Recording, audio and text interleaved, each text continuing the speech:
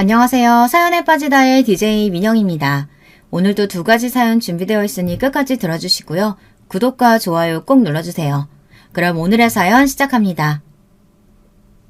안녕하세요. 저는 경기도 모처에 사는 주부입니다. 처음 사연에 빠지다 채널을 유튜브에서 찾고 나서 이렇게 재미있는 사연이 다 있나 생각하면서 항상 듣고 살았습니다. 그리고 같이 공감하면서 울고 웃고 이상한 시어머니와 남편은 시원하게 욕도 하면서 이 채널의 팬이 되어버렸어요. 그러다 제가 주인공이 되어 이 사연에 빠지다에 직접 글을 올리게 될 줄은 꿈에도 몰랐네요. 사람이 살다 보면 여러 가지 나쁜 일을 겪게 되는 일이 생기기 마련이에요. 하지만 저는 요즘이 제일 그런 생각이 많이 듭니다. 왜냐하면 친정아버지가 병을 앓다가 최근에 돌아가셨고 그때 공교롭게도 참 어처구니 없는 일을 겪어서 남편과 이혼하게 되었거든요. 이 두 가지 악재가 정말 저에게는 쉽지 않았던 작년 한 해였던 것 같습니다. 저는 남편으로부터 배신을 당하고 그 배신을 모르는 척 참아오다가 도저히 참을 수 없는 한계점에 이르러 복수를 하고 지금은 이혼 소송 중에 있습니다. 사람이 살다가 이렇게까지 벼랑 끝에 몰릴 수가 있나 이런 생각을 요즘에 계속 하고 있거든요. 매일이 화가 나고 열이 받는 나날인데 제 이런 사연을 어디 말할 곳이 없더라고요. 친정엄마에게 얘기하면 걱정이나 하시고 그렇다고 친구들에게 하소연을 하자니 제 얼굴에 침 뱉는 것 같고 해서요. 그래서 이 사연에 빠지다에 사연을 보내서 제 하소연도 하고 여러분들의 조언도 구할 겸 해서 이렇게 컴퓨터 앞에 앉아 있습니다. 지금은 정말 깜깜한 밤인데요. 제 타자 치는 소리만 고요한 가운데 들리고 있어요. 이런 날은 정말 술이 고프네요. 이혼을 하겠다고 결심한 후부터 하루도 술을 안 마신 날이 없을 정도입니다. 저는 물론 안 그러고 싶고 끊어야 된다는 것도 알지만 너무 속상해서 안 마실 수가 없습니다. 제가 남편과 왜 이혼을 하게 되었는지 여러분들 궁금하시겠죠? 우선 제가 살아온 이야기부터 할게요. 저는 아주 평범한 가정에서 태어났습니다. 아버지 어머니는 두 분 다 장사를 하셨고요. 남동생이 하나 있는 맏딸입니다. 그래서 그런지 몰라도 저는 생활력이 강하다는 소리를 참 많이 듣고 자랐어요. 초등학교 때 학교 끝나고 집에 와도 부모님은 안 계셨으니 제가 남동생과 힘을 합쳐서 밥을 해서 먹었습니다. 요리한다고 하다가 데이기도 많이 되었어요. 그리고 남동생과 둘이 밥을 먹고 숙제를 하고 아무리 TV를 보고 기다려도 부모님은 오질 않으셨죠. 저희 부모님은 고향 동네에서 치킨집을 하셨거든요. 그래서 새벽 1~2시나 돼서야 들어오셨습니다. 그때까지 우리 남매만 집을 지키고 있던 셈이네요. 제 친정엄마도 그때 회상을 하시면서 눈시울이 붉어지실 때가 많습니다. 그때 조금만 일찍 문을 닫고 우리 남매를 돌보러 들어왔어야 했다고 지금은 마음이 많이 약해지셨는지 후회를 엄청 하시더라고요. 그럼 전 그런 엄마에게 괜찮다고 그 덕에 우리 남매가 이렇게 강하게 컸지 않느냐고 위로를 해드리고 있습니다. 아버지는 젊었을 적에 여기저기 건축 일을 하러 다니시는 분이었어요. 그렇다고 완전히 하루 일당 받고 사는 노가다꾼은 아니고 옛날 말로 10장 정도 되는 한 팀을 맡아 건물을 올리는 일꾼이셨답니다. 간간히 목수일도 하셨고요. 그때는 아파트가 막 여기저기 지어지던 시기이니 우리 가족들은 집에 아버지가 안 계실 뿐 금전적으로는 어렵지 않았습니다. 건설 현장 10장 정도면 그 당시 돈을 많이 벌었거든요. 그래서 저희 엄마는 따로 맞벌이를 하시지 않아도 우리를 잘 키우실 수 있었다고 해요. 엄마는 아직도 이런 말씀을 하시곤 합니다. 니들 아기 때가 제일 좋았어. 나는 말이야. 네 아빠에게 시집와서 그때가 제일 행복했던 시기인 것 같다. 단 한 가지 흠이었다면 네 아빠를 자주 못 본다는 거였는데 그래도 어디서 일한다고 매번 꼬박꼬박 전화도 하고 편지도 보내주고 돈도 많이 붙여줘서 그때는 너희들 남부럽지 않게 키웠었다. 그런데 아버지가 다리 다치신 이후로 치킨집 하면서 힘들었던 거야? 그렇지.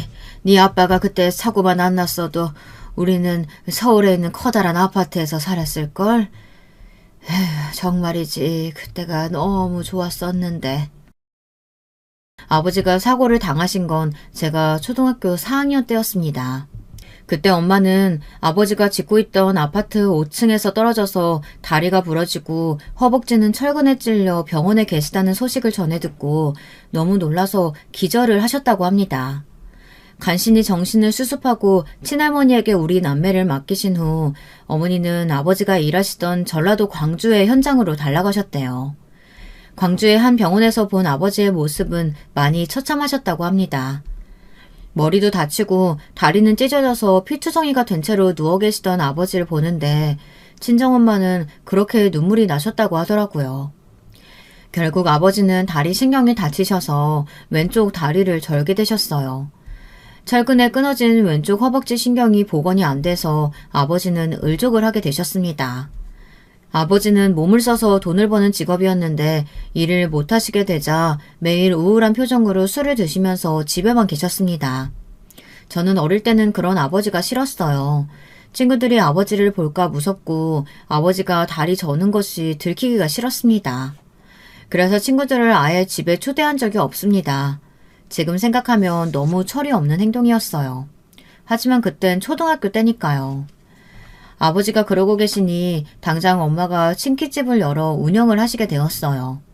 동네에서 잘 사는 쪽에 속했던 우리 집은 대번에 지하 월세방으로 바뀌었고요. 엄마가 치킨집을 차리려고 우리가 태어나고 자란 2층짜리 양옥을 팔고 보증금이 500만 원도 안 되는 월세방을 얻게 된 것이었습니다. 저는 집안이 망한다는 것을 그때 처음 깨닫게 되었어요. 한참 사춘기가 온 그 시기에 어떻게 그런 일이 일어나서 저는 아주 위태로운 사춘기 시절을 보냈던 것 같아요.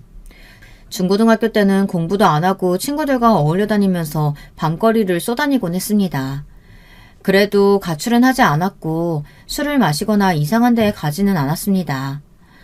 그냥 집이 싫었고 너무 일찍 철이 들어야 하는 내 상황이 싫었던 것 같아요. 그래서 고등학교 때는 엄마랑 참 많이 싸웠어요. 제 남동생 역시 고등학교 때 친구들과 어울려 PC방과 당구장 등등을 전전하느라 공부를 하지 않았습니다. 저희 남매는 그래서 둘 다 아주 나중에 대학을 갔어요. 저는 회사 들어간 후에 야간 대학을 나왔고 제 남동생은 군대 갔다 온 후 다른 사람이 된 것처럼 공부를 미친 듯이 하더니 떡하니 4년제 서울의 대학을 들어가더라고요. 그때는 엄마랑 아버지 모두 너무 좋아하셨습니다. 뒤늦게나마 우리 아들이 정신 차렸다고 하면서 아버지까지 눈물을 흘리시더라고요. 이렇게 저희 가족들에게 아버지는 하나의 아픈 손가락이었습니다. 우리 가족 먹여 살리시겠다고 열심히 일하시다 다치고 우울의 늪에 빠져 계시다가 엄마랑 싸우고 이혼할 뻔 하신 다음에야 정신을 차리고 엄마가 하시는 치킨집에 다만 힘을 보태시러 출근을 하셨습니다. 아버지는 다리가 불편하시니 한쪽에 서서 치킨을 튀기시는 것만 하실 수 있었어요. 그래도 집안에 틀어박혀서 술 드시고 계신 것보다야 100배, 아니 1000배는 더 낫죠. 그제서야 어머니 아버지는 화해를 하셨고 아버지는 다시 살아갈 힘을 얻을 수 있었던 거였습니다. 그 이후에는 제 아버지도 여느 다른 아버지처럼 활기를 되찾으셨습니다. 저는 그것만 해도 참 다행스럽다고 생각했어요. 이대로 변하지 않고 부모님과 오래오래 같이 하고 싶은 마음밖에 없었어요. 그런데 작년에 제 친정아버지가 돌아가셨거든요. 암으로 돌아가셨는데 폐암이었습니다. 아버지는 담배를 좀 오래 피우셨어요. 그러다 60대 후반쯤에 끊으셨는데 그것도 폐암 진단을 받으시고 난 후 억지로 끊게 되신 거였습니다. 그전부터 저도 우리 친정엄마도 아버지께 담배 좀 끊으시라고 그렇게 잔소리를 해댔지만 좀처럼 쉽지 않으셨나 봅니다. 60대 후반에 담배를 끊고 폐암도 항암 치료를 하시며 잘 지내고 계셨어요. 그때는 초기였나 2기였나 했었는데 수술을 했고 완치가 된 줄 알았거든요. 그런데 아버지도 모르는 사이에 다른 쪽 폐에 전이가 되신 거였습니다. 그걸 모른 채로 계속 치킨집 일을 하고 계셨으니 아버지가 그 기름 타는 데서 나오는 재랑 미세먼지를 얼마나 많이 마셨겠습니까? 후드를 틀어놓는다고 해도 까만 담뱃찜보다 더한 기름때가 후드에 묻는 걸 보면서 그것들이 다 아버지 폐로 들어갔겠구나 생각하면 눈물이 나더라고요. 아버지는 그렇게 다른 쪽 폐로 전이된 것도 모른 채로 암이 완치되었다고 믿으시고 건강검진을 소홀히 하신 거였습니다. 자영업자들도 다들 아시겠지만 솔직히 장사 잘 되는 데서 일하는 분들은 화장실 갈 시간도 없잖아요. 그러니까 어머니도 아버지도 본인들 건강이 슬슬 갉아먹히고 있는 줄도 깨닫지 못하신 것 같습니다. 다시 본론으로 돌아와서 아버지가 정신 차리고 치킨집 일을 하시기 시작한 건 제가 초등학교 졸업 후 중학교에 들어갈 무렵이었어요. 그러니 만 3년을 아버지는 집에서 술로 세월을 보내신 거죠. 아버지가 술 마시고 난동 부리시고 하시는 성격은 아니었지만 매일 폐인처럼 지내셨던 게 저는 정말 보기가 싫었다고 어른이 된 후에 말씀드렸죠. 그랬더니 나중에 아버지가 매우 미안해 하시더군요. 그때는 정말 우울증 말기 정도는 되는 것 같았다고 말이죠. 살아있으면 뭐하나 다리가 이 지경이 됐는데 이런 생각에 사로잡혀서 밤낮으로 힘드셨다고 합니다. 그렇게 저는 중고등학교 시절 방황을 하다가 졸업한 후 무작정 아르바이트부터 시작을 했습니다. 제가 고졸이긴 한데 상고나 공고를 나오지 않고 인문계였거든요. 그래서 다른 친구들은 다들 대학이 목표였는데 저는 목표를 잃고 방황했던 것이죠. 그러다 보니 저는 제대로 된 회사에 취직하기가 하늘의 별 따기더라고요. 저는 사회에 나와서 처음으로 좌절을 맛보았습니다. 하지만 제게는 슬퍼하고 낙담할 시간이 없었어요. 그래서 닥치는 대로 홀서빙도 하고 주방일도 하고 편의점 아르바이트도 했습니다. 저는 돈을 모아서 우리 가족들과 더 큰 집으로 이사가는 것이 목표였거든요. 그 당시 우리 치킨집이 잘 되진 않았어요. 동네 시장 안쪽에 자리한 정말 배달 중심의 작은 가게였거든요. 그리고 하도 치킨 전문 프랜차이즈들이 난무하다 보니 우리 치킨집은 장사가 막 잘 되지 않았습니다. 그저 우리 네 식구 먹고 살고 그 가게 월세랑 집 월세 낼 만큼만 벌었던 것 같아요. 그래서 남동생도 고등학교 졸업하고 군대 가기 전까지 배달 알바로 뛰었고요. 우리 네 식구는 그 조그만 가게 하나에 매달려서 진이 다 빠져버렸습니다. 이대로는 안 되겠다 생각을 한 저는 우리 가게도 프랜차이즈로 바꿔보자고 부모님께 말했었죠. 제가 몇 년을 알바해서 모아둔 돈이 한 1,000만 원 되었는데 그걸로 다른 동네에 가서 아파트 단지에 치킨집을 하나 차렸습니다. 그 전에 시장 끝에서 했던 가게는 당연히 접었고요. 그런데 아파트 단지 앞에 치킨집을 오픈하고 보니 정말 주문 배달이 끊이지를 않는 거였어요. 우리 가게는 그때부터 대박이 나서 형편이 피었고 돈이 좀 들어오기 시작했어요. 그래서 저는 그 치킨집을 부모님과 함께 일구어 놓고 나서 다른 일을 하고 싶어 사무직으로 무역회사 면접을 봤습니다. 면접 보기에는 조금 늦은 25인 나이였죠. 그래도 저는 진취적으로 행동하고 자소서도 깨끗하게 써서 한 번에 취업에 성공했습니다. 무역회사에서 격리 일을 했는데 처음에는 제가 격리가 되기엔 컴퓨터에 관한 자격증도 없고 상고를 나오지도 않았다는 이유로 같이 일하는 언니들이 저를 좀 왕따 비슷하게 돌려서 그것 때문에 스트레스를 좀 받았던 기억이 있네요. 하지만 저는 어릴 적부터 아버지 일로 웬만한 괴롭힘에는 끄떡하지 않는 단단한 멘탈을 갖고 있었거든요. 그래서 그 언니들에게 당당하게 말했습니다. 언니들, 제가 정말 인문계 출신에 아무 자격증도 없는 초보 격리인 건 맞아요. 그래도 시켜만 주면 뭐든지 잘할 수 있어요.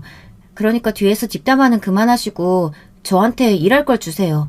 어떻게 해서든지 인터넷을 검색해서라도 다 끝낼 테니까요. 아니, 어쩌다가 너 같은 애가 여기 와서 어울리지도 않는 일을 하고 있는 건데. 난 일 못하는 네가 싫은 게 아니고 제대로 하지도 못하는 주제에 당당한 게 싫어. 그러니까 이거 내일 아침까지 다 해놔. 아니면 내가 너 과장님한테 말해서 잘라버리라고 할 테니까. 그 못된 선배 언니는 자기가 며칠 걸려야 다 할 수 있는 양의 서류를 던져주며 내일까지 해놓으라고 말하는 것이었어요. 저는 정말 어이가 없었지만 일단 여기선 못하겠다는 말은 금지라고 생각하고 어떻게든 야근해서 기어코 하루 만에 그 일을 끝내놓고 말았습니다. 그랬더니 선배들이 저를 보는 눈이 조금 달라지긴 하더라고요. 저한테 정말 악발이라고 하면서 그 끈기와 성실함은 인정한다고 하더군요. 그 후부터 선배들의 괴롭힘도 없어지고 저는 그 무역회사에서 야간 대학을 나오기까지 하며 정말 치열하게 살았습니다. 그렇게 저는 25에 들어간 무역회사에서 5년 동안 일을 하며 30에 문턱이 되었습니다. 옛날에는 여자 나이가 30이라고 하면 노처녀라고 부르던 시대가 있었거든요. 지금은 아무도 그렇게 생각 안 하지만 말이에요. 제가 50대 초반이니 그때는 여자들이 25살 넘으면 결혼하는 게 정말 당연한 수순이었습니다. 하지만 저는 남들보다 훨씬 늦은 사회 초년생이었으니 30이 됐다고 해서 당연히 결혼을 할 수 없었어요. 그럴 생각도 없었고요. 하지만 저희 엄마는 제가 계속 아무도 안 사귀고 결혼 생각도 없이 나이만 먹는 것 같아서 안달을 좀 하시더라고요. 그러면서 동네 시장 주변에 장사하고 계신 아줌마들에게 좋은 혼잣자리 없냐고 많이도 물어보고 다니셨습니다. 제가 아무리 어머니께 그러지 말라고 저는 지금 결혼할 생각이 없다고 말해도 어머니는 귀뚱으로 듣지도 않았어요. 왜 안 그렇겠습니까? 결혼을 해야 근심을 돈다고 친정 어머니는 부모된 입장에서 그렇게 제가 걱정되었다고 하시더라고요. 글쎄요. 저도 결혼해서 애를 낳는 입장이 되어봤지만 저는 제 아이들이 결혼 안 한다고 하면 쌍수를 들고 환영할 것 같은데 말이죠. 남편과 어떤 황당한 이유로 이혼을 하게 되다 보니 저는 애들에게 자꾸 결혼할 생각하지 말라고 합니다. 저는 딸, 아들 두 자녀를 둔 남매맘인데요. 둘 다 아직 20대 초반이라 결혼은 안 하고 있거든요. 큰딸은 얼마 전 캐나다에 유학 가서 혼자 힘으로 잘 살고 있고 아들은 우리 집에서 저와 함께 잘 살고 있습니다. 아들은 군대 갔다 와서 복학을 준비하고 있어요. 제가 이혼하면서 집을 팔고 나왔는데 그때 아들이 군대에 아직 있었을 때라서 제 이혼 소식을 듣고 엄청 놀랐다고 하더라고요. 그 전에 제 결혼 스토리 먼저 들려드려야겠네요. 제 이야기가 좀 두서없더라도 이해해 주세요. 정말 분노 때문에 생각나는 대로 글을 써서 그런 거니까요. 저와 남편의 첫 만남은 어머니의 주선으로 이루어졌습니다. 제가 무역회사 다니고 막 30이 되었을 때 저는 어머니의 성화에 못 이겨 주말마다 선을 몇 번이고 보게 되었답니다. 하지만 제 마음에 드는 남자는 하나도 없었어요. 친정엄마가 선자리를 주선해준 남자들은 다들 재미없는 공무원에 배 나오고 아니면 대머리고 그런 35 이후에 나이 지긋한 사람들이었거든요. 제가 아무리 30이 되었다 하지만 그런 남자들한테 도매급으로 팔리듯이 결혼하기는 저는 정말 죽어도 싫었습니다. 아니 저번 주에 선본 남자한테 또 딱지 났니 너? 그 남자가 어디가 어때서 그래? 남자는 얼굴이 다가 아니야. 공무원이면 얼마나 안정적이야. 그러니까 오늘 선자리는 너 꼭 나가. 엄마 내가 알아서 한다고. 그러니까 나 결혼하라는 소리 좀 그만해요. 이러다 귀에 딱지 않겠네. 오늘 선보러 안 나가요. 그런 줄 알아요. 야 선이야. 그럼 이 남자 사진이나 보고 결정해. 이제까지 봤던 사람들이랑은 좀 다를 거야. 그러니까 후회하지 말고 얼른 사진 보고 나가봐. 친정엄마는 이런 말씀을 하시면서 저에게 사진 하나를 내밀었습니다.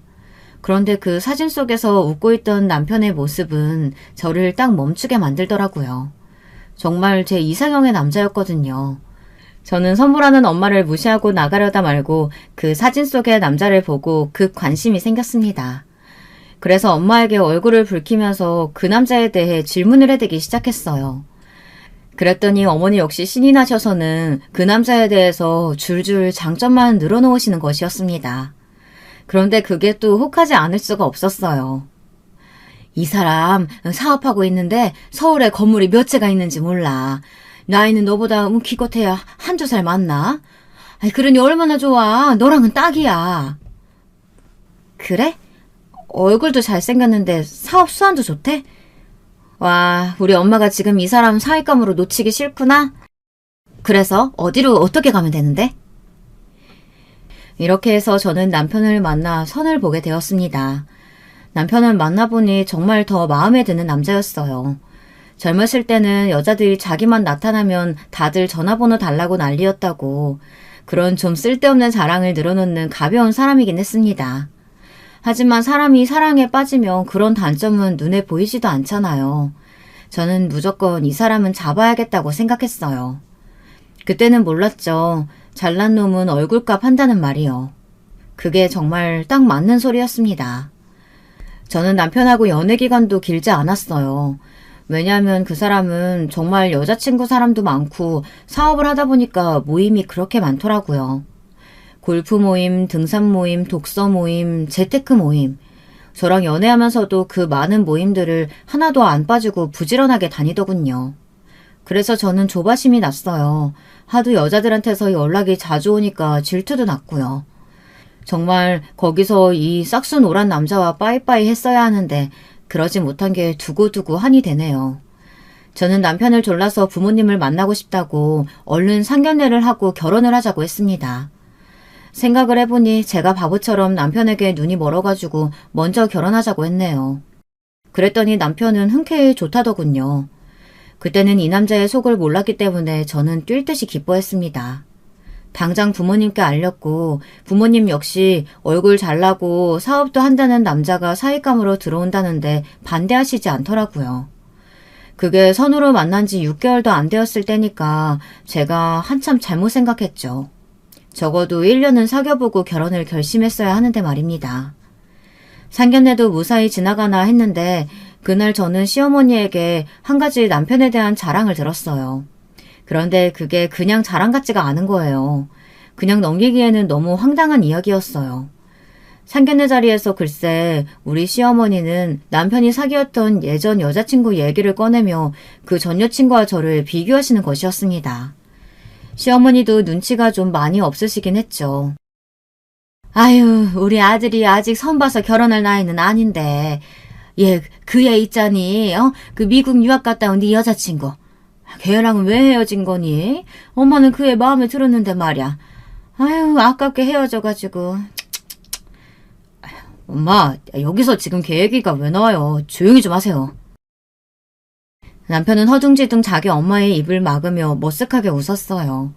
시어머니도 참 주책 맞으시죠. 상견례 자리에서 왜 그런 말씀을 꺼내시는 건지 저는 도대체가 그 의도를 몰랐어요. 친정 부모님들 역시 놀라서 입을 딱 다물고 표정이 굳으셨습니다. 그랬더니 남편이 급하게 손을 흔들면서 말하는 거였어요. 장인어른 장모님 오해하지 마세요. 제 어머니가 말씀하신 그 여자는 정말 정리 다 했고 완전히 헤어진 사람이니까요. 저 지금은 선의밖에 안 보여요. 그러니까 걱정 딱 붙들어 매두세요. 그래. 당신은 왜 쓸데없는 얘기를 해가지고. 지금 결혼하는 새아기가 중요하지. 전 여자친구가 뭐가 중요해? 아니 내 말은 그런 똑똑하고 잘난 여자 놔두고 선의를 며느리로 맞아야 하나 뭐 그런 말이었던 거야. 어머 신경 쓰지 마세요. 제가 말실수를 했나 봐요. 여러분 이게 말실수라고 생각하시나요? 저는 그렇게 생각이 안 들더라고요. 시어머니는 은근히 제가 야간대학 나왔다는 걸 깔보고 무시하신 게 틀림없습니다. 남편은 나중에 저한테 어머니가 실수하신 거라고 어머니가 한 말은 마음에 두지 말라고 했죠. 그리고 그때는 심각하게 생각하지 않았어요. 하지만 그때라도 잘 알아보고 이 결혼을 하기 전에 파토를 냈어야 한다고 생각합니다. 그랬다면 지금 이 사태는 일어나지조차 않았을 테니까요. 아니나 다를까 결혼을 하자마자 남편은 밖으로 도는 것을 멈추지 않았어요. 저는 속이 썩어 들어갔지만 친정 부모님께 말을 할 수가 없었습니다. 남편은 정말 철저하게 우리 부모님 앞에서는 선한 사위의 연기를 척척 해내던 사람이었거든요. 사업하는 사람이다 보니 말발도 좋고 사람을 홀리는 화술에 정말 능한 사람이었어요. 그래서 우리 친정부모님 역시 이번 사태가 일어나기 전에는 남편이 바람 피우는 천하의 인간 말종 같은 놈인 줄 전혀 모르고 계셨죠. 제가 남편이 바람난 것 같다고 하면 제 친정엄마는 믿지를 않으셨습니다. 그래서 남편이 바람을 피운 것을 알게 되었어도 저는 어디다 하소연할 데도 없었어요. 여러분들 생각해보세요. 친정 부모까지 제 편이 아니고 남편에 서서 그런 남자 없다, 너한테 얼마나 잘해주냐 이런 답답한 소리들을 하시는데 거기다 대고 제가 무슨 말을 더 하겠습니까? 그런데 말이죠. 남자들은 같이 살아봐야 그 속을 안다는 말이 딱 맞더라고요.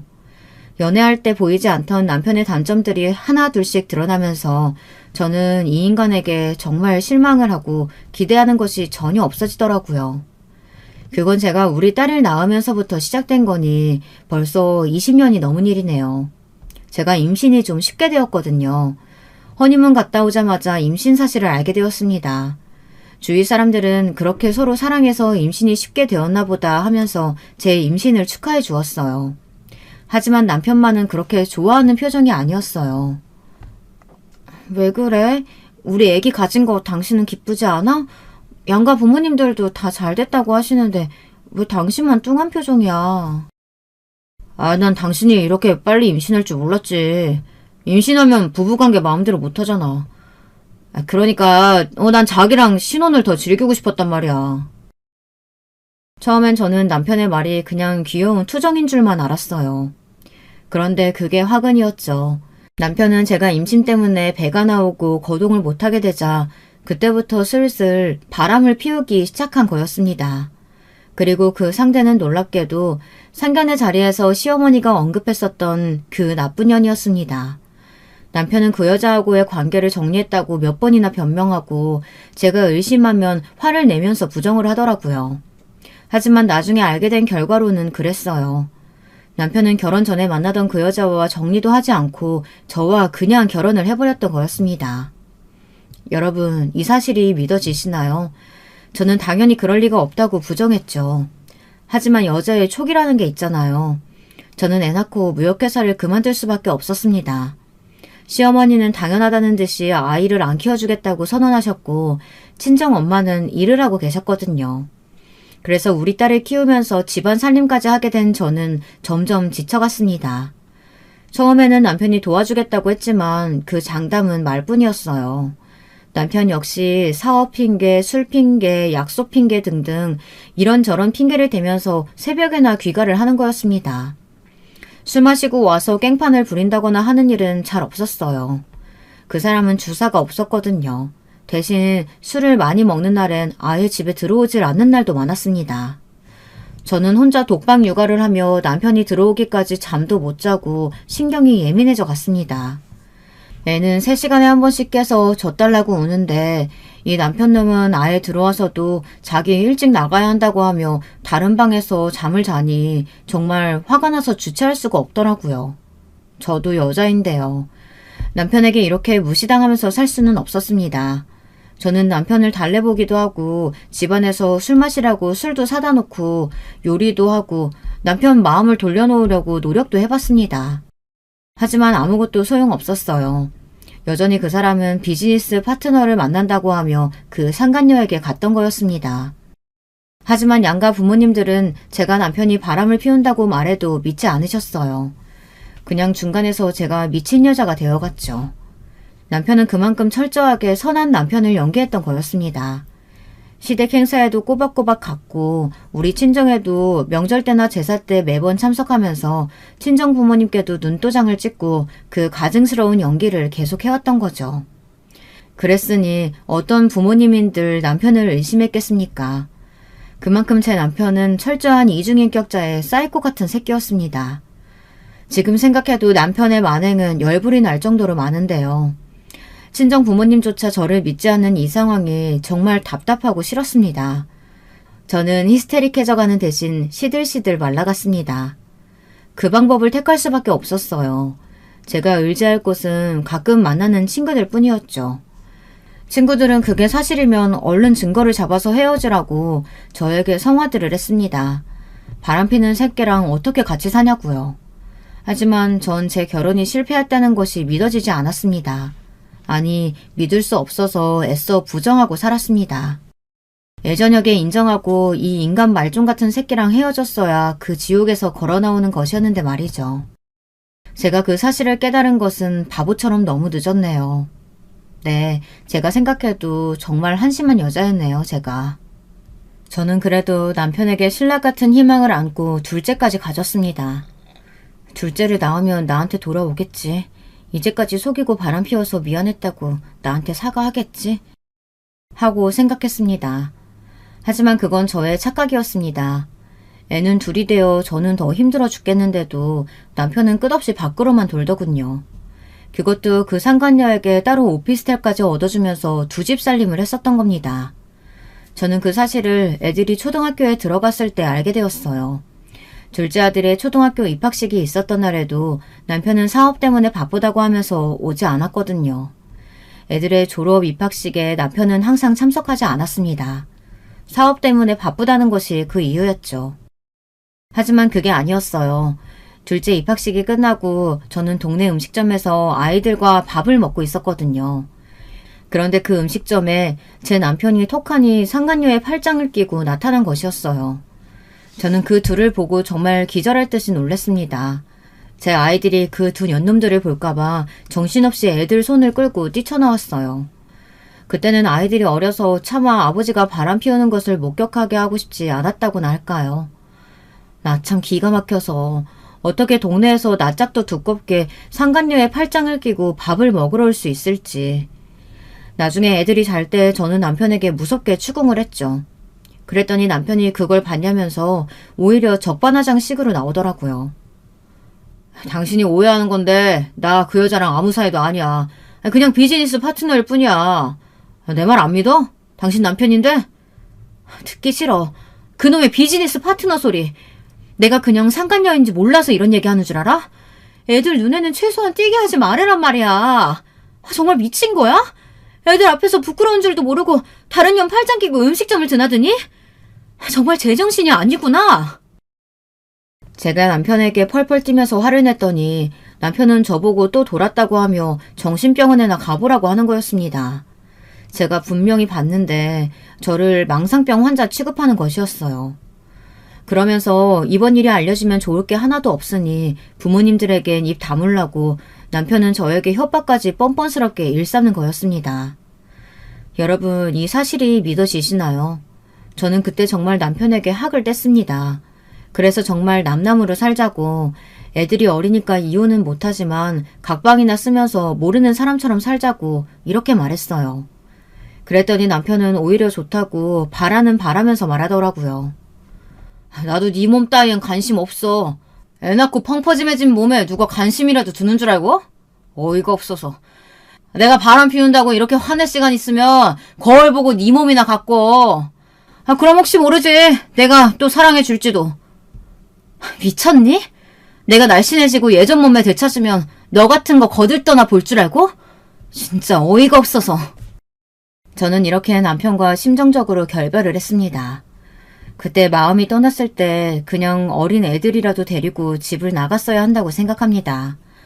지금은 그 결정을 너무 후회합니다. 남편에게 미련이 남았던 건 아니고 우리 부부가 이혼하게 되면 상처받을 아이들이 걱정되었습니다. 그 당시엔 애들이 초등학교에 갓 입학한 나이였으니 얼마나 상처를 받을지 저는 그게 무서웠어요. 그리고 동네에서 이혼녀의 아이들이라고 손가락질 받는 것이 무서웠습니다. 게다가 저는 그 당시에 그냥 전업주부였으니까요. 남편과 지저분한 소송을 해서 양육비를 받아야 하나 어느 한 가지도 확실한 것이 없었습니다. 그래서 저는 그냥 참기로 했어요. 남편은 바람 피운 것을 들키자 아예 집에 잘 들어오지도 않더라고요. 그 상간녀 집에서 거의 살다시피 하고 집에는 정말 볼 일이 있을 때만 들어왔습니다. 애들은 머리가 커져서 중고등학생이 되자 아버지가 바람 피운다는 사실, 상간녀가 있다는 사실을 알게 되었습니다. 그리고 저한테 왜 아빠랑 이혼을 하지 않냐고 오히려 분노하며 이혼을 재촉하더라고요. 특히 딸은 제 아빠를 죽은 사람이라고 공공연하게 불렀고요. 엄마, 난 이제 아빠 없는 사람이야. 난 아빠를 절대 용서할 수 없어. 이럴 거면 왜 결혼했대? 애들은 왜 낳은 거야? 난 아빠가 죽은 사람이야. 그러니까 제발 엄마, 아빠랑 찢어져. 구차하게 같이 살아서 뭐해? 엄마도 그러고 싶어. 하지만 아직 엄마는 자신이 없어. 너희들을 다 걷어서 잘 키울 수 있을지. 그리고 악마 같은 네 아버지가 양육비를 줄지. 엄마는 그런 게 걱정이야. 두렵고. 때가 되면 네 아빠랑 이혼할 거야. 지금은 그때가 아니야. 딸도 그런 말을 하며 치가 떨리도록 제 아버지를 싫어했지만 아들은 더 엇나갔습니다. 저는 특히 아들 때문에 너무 속이 상했어요. 아버지는 아들의 거울이잖아요. 그런데 아버지는 집에 있질 않으니 아들이 보고 배울 것이 하나도 없었습니다. 게다가 어쩌다 남편이 술 취해서 집에 들어오면 아들은 아버지를 밀치고 나가라는 소리를 지르니 이제는 남편도 아들이 무서운 모양인지 점점 더 집에 안 들어오게 되더라고요. 아들은 아버지를 마치 한 하늘을 이고 살 수 없는 적인 것처럼 증오하고 그 증오심을 숨기지도 않았습니다. 그래도 저는 애들 아버지니 남편이 너무 미워도 애들에게는 그러면 안 된다고 꾸짖었습니다. 아빠가 잘못하고 있는 건 맞지만 너희를 낳아준 분이야. 그러니 폭력으로 대항은 하지 마. 엄마는 자존심도 없어? 왜 이러고 살아? 내가 우리 집안 가장 될게. 그러니까 엄마, 제발 저 인간한테 굴복하지 마, 어? 엄마가 불쌍해 죽겠어. 그러니까 엄마도 정신 차려야 돼. 아들이 고등학교 때 남편이 집에 들어왔다가 아들에게 쫓겨난 후 저와 아들이 대화했던 내용이에요. 사실 제 아들은 아버지에게 더한 욕도 했었지만 지면을 빌려 순화했을 거예요. 아들은 그 말을 한 후부터 새벽에 신문 배달, 우유 배달 등을 하며 제가 갖고 있던 노트북이며 값 나가는 물건들도 팔면서 돈을 벌기에 혈안이 되었습니다. 저는 아들이 본분인 공부에만 열중하기를 바랬는데 아들은 못난 제 남편 때문에 너무나 철이 일찍 들어버렸어요. 남편은 집에 안 들어오는 대신 생활비는 꼬박꼬박 주긴 했어요. 그렇지만 사업이 조금씩 기울어가면서 그 돈은 점점 줄어들었습니다. 처음에는 200만 원을 줬지만 점점 150만 원, 100만 원, 생활비는 이렇게 줄어들어 갔습니다. 저는 그때마다 남편에게 전화해서 소리를 지르고 따졌어요. 하지만 남편은 애들 학원비며 먹고 살 돈은 매년 늘어나는데도 이리저리 핑계를 대며 제 전화를 피했습니다. 저는 돈이 걸리자 진짜 미칠 것 같더라고요. 당장 남편이 의심되기 시작했어요. 사업이 기울어지는 건 핑계고 양육비를 주기 싫어서 저러는 건지 의심이 되더라고요. 그렇게 남편과 저는 10년이 넘게 허울뿐인 부부로 살았습니다. 여러분들은 진작에 그런 인간 말종과 이혼하지 그랬냐고 저를 답답해 하시는 분들이 많으실 것으로 생각됩니다. 하지만 저는 남편의 사랑보다 경제적 안정을 택했던 것 뿐입니다. 사실 애들만 데리고 집을 나가게 되면 남편은 한 푼도 위자료를 안 줄 것처럼 저를 협박했었거든요. 그래서 쉽게 이혼 도장을 찍지 못한 것이었습니다. 게다가 남편은 상간녀가 있다는 사실을 양가 부모님에게 비밀로 하라고 했어요. 만약 알린다면 정말 돈 한 푼 없이 쫓겨날 줄 알라고 뻔뻔스럽게 저를 협박했습니다. 애들 양육권도 소송해서 빼앗을 것이고 저는 힘없고 경제적 능력도 없는 주부이니 그냥 알거지로 나가야 한다고 말을 하더군요. 그때는 정말 그 말을 바보처럼 믿었어요. 저도 어리석었죠. 좀 더 변호사를 사서 알아보기도 했어야 하는데 말이에요. 결혼한 후 20년을 전업주부로 지내다 보니 제가 가진 돈이 없잖아요. 다 남편 이름으로 카드로 쓰고 살았고 제 이름으로는 전에 쓰던 월급 통장 하나가 전부였는데 제가 어떻게 쉽게 그런 마음을 먹겠습니까? 그렇게 저는 이를 악물고 그 인간과 파탄난 결혼 생활을 꾸역꾸역 해나갔어요. 남편은 철저하게 무시하고 저랑 애들만 신경 쓰고 살았죠. 남편은 어차피 그 상간녀 집에서 숙식을 거의 해결하고 정말 그녀와 사실혼 관계로 지냈으니 말이죠. 저는 남편이 집에 들어오던 말던 신경도 쓰지 않았고요. 그렇게 10년을 소닥 보듯이 하고 지냈습니다. 하지만 남편의 사업은 점점 기울어가는 것이 사실이었나 봐요. 어느 날 남편은 제가 결혼했을 때 가져온 폐물들을 옷장에서 훔쳐다가 팔아버리기도 했어요. 금목걸이 세트, 다이아몬드 세트, 그리고 결혼 반지까지도 싹 다 팔아버렸습니다. 정말 미친놈이 따로 없었어요. 제가 처음엔 남편을 추궁하면서 다시 내놓으라고 펄쩍 뛰었지만 남편놈은 이런 소리를 하더라고요. 내 사업이 잘 돼야 당신이 그렇게 노래 부르는 생활비랑 애들 학원비 받을 수 있는 거야. 그걸 생각해. 그까지 목걸이 반지 세트 따위야. 돈 들어오면 얼마든지 다시 찾아오면 되지. 내가 더럽고 치사해서 말 안 하려고 했는데 진짜 당신 뻔뻔하다. 어떻게 내가 결혼할 때 갖고 온 폐물까지 네 맘대로 다 처분해? 얼른 그 돈 다시 내놔. 다시 다 돌려놓으라고. 이렇게 저에게는 하루하루가 지옥 같았습니다. 남편이 없으면 평온했고 어쩌다 들어오면 그날은 대판 싸우는 날이었어요. 이렇게 살다가 저는 친정아버지의 암송고를 보호자로서 듣게 된 것인데요. 어느 날 친정아버지는 치킨집에서 일을 하시다 호흡부전으로 쓰러지셨습니다. 그래서 엄마가 저에게 급하게 전화를 하셨습니다. 아버지가 쓰러지셨다고요. 엄마의 전화를 받고 저는 정말 정신없이 아버지가 계시다는 응급실로 달려갔죠. 병원 응급실에서 만난 아버지는 알 수 없는 기계랑 호스를 주렁주렁 달고 누워 계셨습니다. 아버지의 마르고 초라한 모습에 저는 저절로 눈물이 나오더라고요. 의사 선생님은 친정아빠가 폐암이라고 하시더군요. 그때 아버지의 연세는 70세가 좀 넘으신 연세였어요. 저는 아버지가 언제 돌아가실지 불안했고 아버지가 돌아가시면 어머니는 얼마나 충격을 받으실까 그것만이 걱정되었습니다. 그래서 엄마에게는 암이 아니라고 아버지는 폐렴이라고 이야기를 했어요. 어머니도 제 거짓말을 듣고 한시름 놓았다면서 다시 일하러 치킨집을 가셨습니다. 저는 생계를 꾸려가야 하는 어머니 대신에 병든 아버지를 간병해야 했습니다. 오직 사실을 아는 사람은 저뿐이었고요. 아무한테도 말하지 못한 채 저는 아버지가 피를 토할 때마다 닦아드리고 밥도 먹여드렸어요. 하지만 아버지는 하루가 멀다 하고 빠르게 상태가 나빠지셨습니다. 애들도 밤낮없이 간병을 하는 저를 걱정하며 둘 다 할아버지를 돌보겠다고 했는데요. 그래도 공부해야 할 나이의 애들에게 할아버지를 간병하게 할 수는 없었어요. 그나마 두 번째 전이가 되신 후에는 3달만 힘들어하시다가 돌아가셨어요. 그리고 아버지는 초기였을 때 폐암 수술을 하신 후 혹시 전이가 된 경우에는 연명치료를 하지 말라고 유언을 남기셨거든요. 그래서 저는 병원 중환자실이 아닌 일반 병실에서 아버지를 보내드리게 되었습니다. 아버지는 돌아가셨고 친정엄마는 나중에야 아버지가 폐암이 전이되어서 온몸에 퍼지신 걸 알게 되셨습니다. 어머니는 그 일로 저에게 너무나도 원망을 하시더라고요.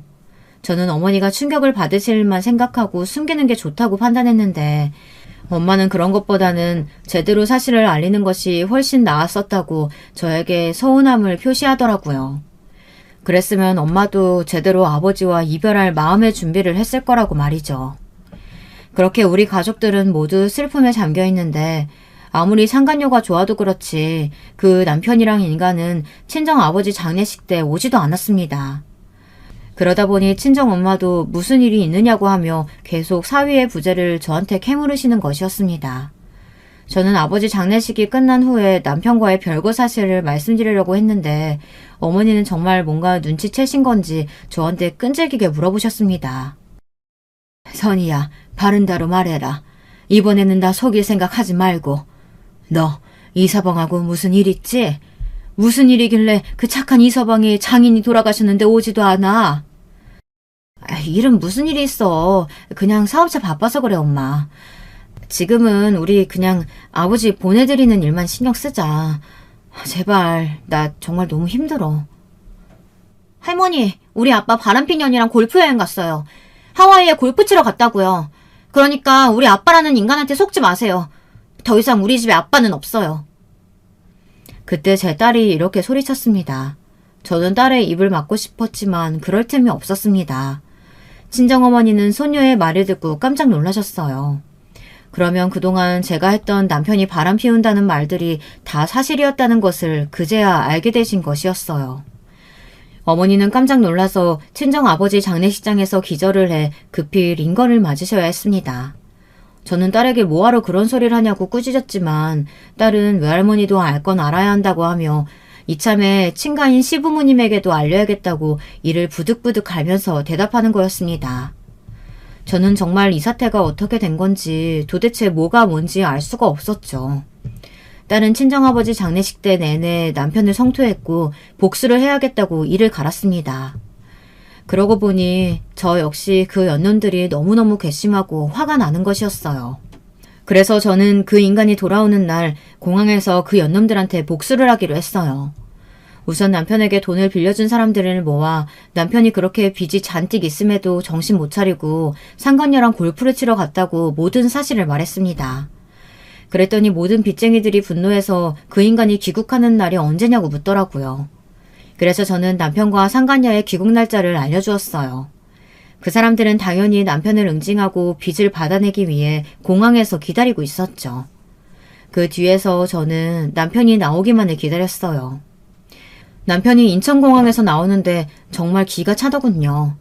상간녀는 명품 옷과 선글라스가 가득한 쇼핑백을 몇 개씩 들고 있었고 남편은 명품 골프 가방을 맨 채로 캐리어를 잔뜩 끌고 나오더라고요. 하지만 게이트 앞에는 잔뜩 화가 나 있는 빚쟁이들이 여러 명 기다리고 있었습니다. 그리고 남편은 사채까지 썼는지 건장한 덩치를 가진 남자들도 몇 명 눈에 띄더군요.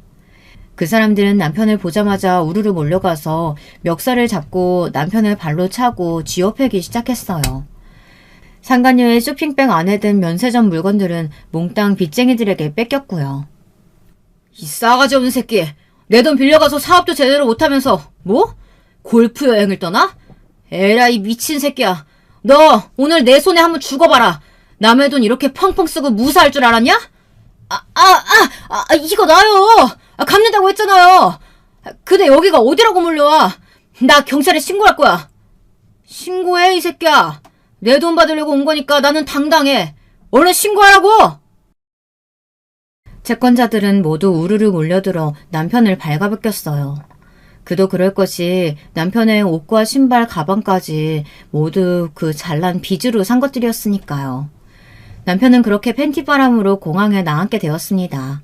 그 못된 상간녀년도 마찬가지로 속옷 차림으로 발가벗겨진 채 가방이며 옷이며 모든 걸 다 뺏겼어요. 그녀는 공항에서 이런 개망신을 당하자 남편의 등짝을 펑펑 때리며 울기 시작했어요. 어떻게 이럴 수가 있냐고 하면서 말이죠. 그때 제가 나타나서 그녀의 뺨을 갈겼고 이렇게 말했습니다. 네가 뭘 잘한 게 있다고 울어? 꼴 좋다 이 년놈들아. 우리 친정아버지 임종하는데 병원에 가보지도 않고 둘이서 놀러가? 내가 너희 두 년놈들 죽어도 용서 안 해. 너 같은 새끼는 고소미를 먹여야 정신을 차려. 여보, 나 정말 잘못했어. 그러니까 제발 옷 좀 사다 줘. 제일 싼 추리닝이라도 사다 줘. 이렇게 발가벗고 어떻게 밖으로 나가, 어? 그러게 아줌마. 제발 옷 한 벌이라도 좀 줘요. 시끄러. 닥쳐. 완전히 발가벗겨봐야 정신들이 차리지. 내가 왜 너희 년놈들의 사정을 봐줘? 여기서 한번 망신 톡톡히 당해봐. 저는 남편의 면상에 제 폐물을 판 것이며 애들 유기하고 상간녀하고 사실혼 관계로 산 거, 양육비 제대로 안 준 것들을 전부 걸어서 작성한 고소장을 던졌습니다. 그리고 남편이 제 발에 매달려 살려달라고 울면서 붙잡는 것을 시원하게 발로 차버리고 공항을 나왔습니다. 왜인지 눈물이 나더라고요. 그동안 남편이란 놈한테 가스라이팅 당하면서 쭈구리로 살아왔던 저의 마지막 눈물이라 생각했습니다. 다시는 울지 않고 애들을 지키기 위해 일어서기로 공항을 나오면서 이를 악물고 결심했어요.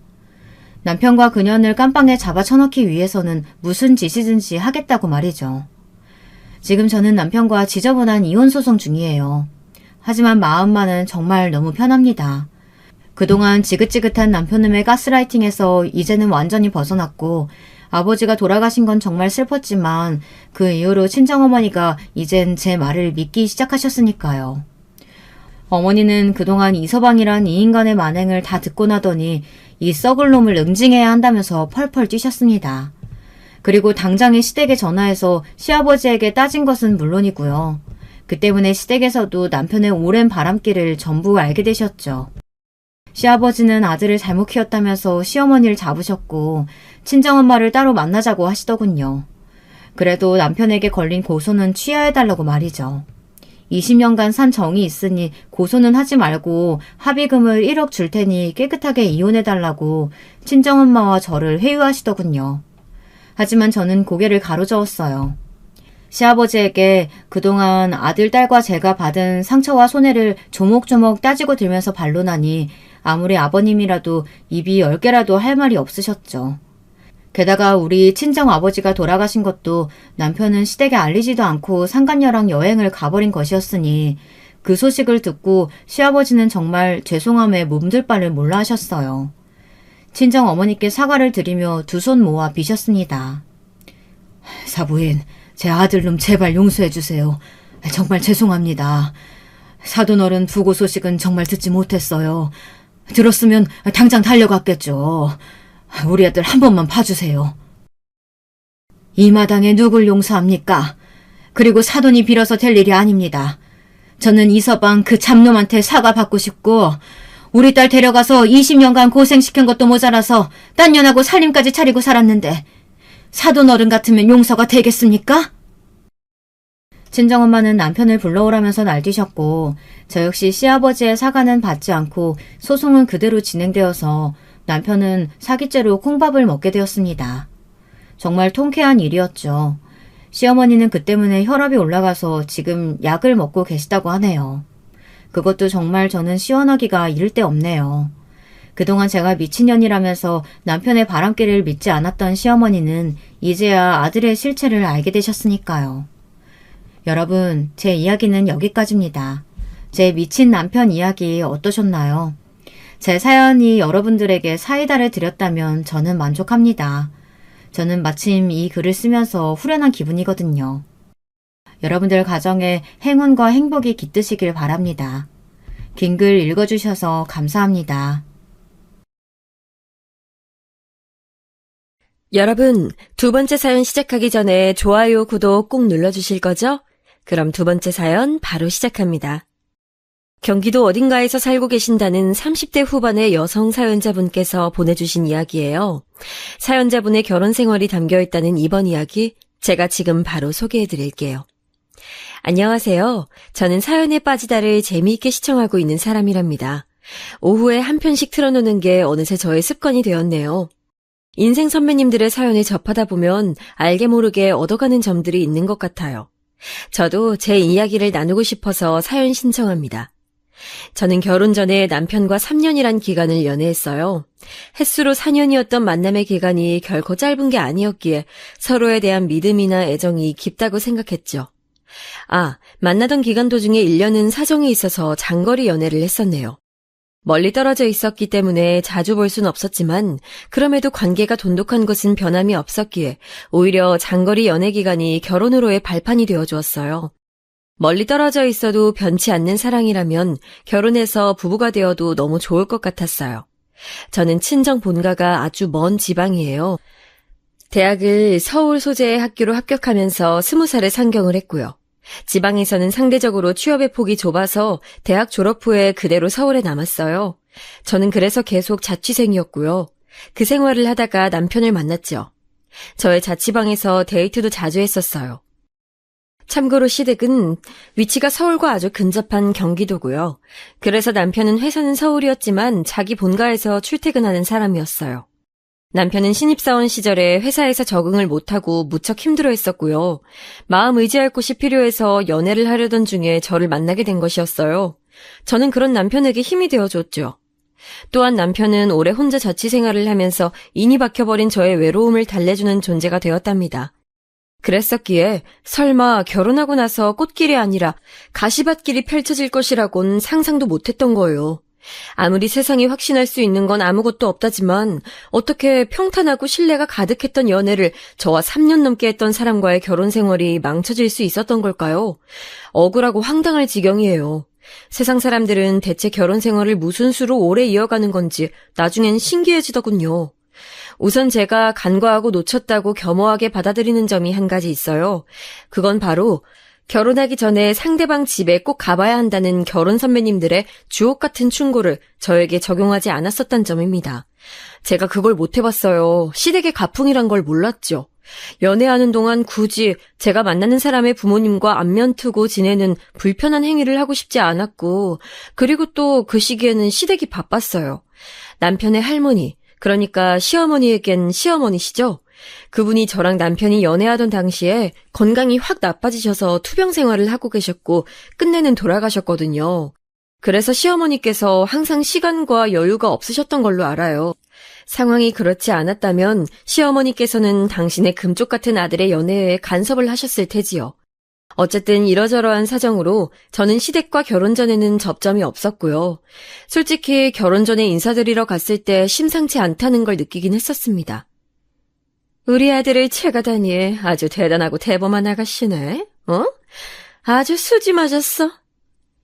목소리 자체는 나긋한 느낌인데 말투며 그 내용은 톡톡 쏘는 느낌이라서 제가 영문을 모르고 말려들었죠. 언뜻 그냥 생각 없이 들으면 별 말씀 안 하시는 것처럼 들렸거든요. 초장부터 아들 자랑을 하시는 것에 저는 애써 자식 사랑이 넘치시는 분이라고 합리화를 했었네요. 하지만 시어머니께서는 비단 당신의 아들을 추켜 세우는 것뿐만 아니라 저를 깎아내리고자 하셨던 거예요.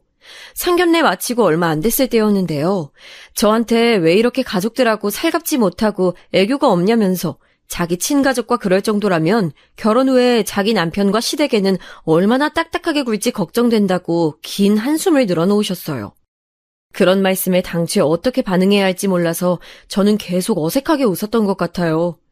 다시 말씀드리지만 시어머니께서 목소리는 사근사근 하시기 때문에 내용을 곱씹지 않으면 제 욕하시는 건지 아닌 건지 정말 헷갈렸거든요. 그래서 가만히 있었던 것도 있는데 시어머니께서는 그런 제가 만만하고 하찮게 느껴지셨나 봐요. 근데 어쩜 그렇게 발랑 까졌을까? 생긴 것만 보면 수수하니 재미도 멋대가리도 하나도 없을 것 같은데.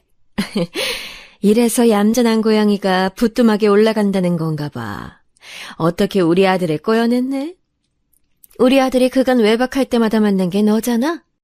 자기 사는 집으로 우리 아들을 수도 없이 불러들였다니. 쑥 맥인 우리 아들 정신 못 차리게 만든 게잖아. 아유, 아들 간수 못한 내가 잘못이지.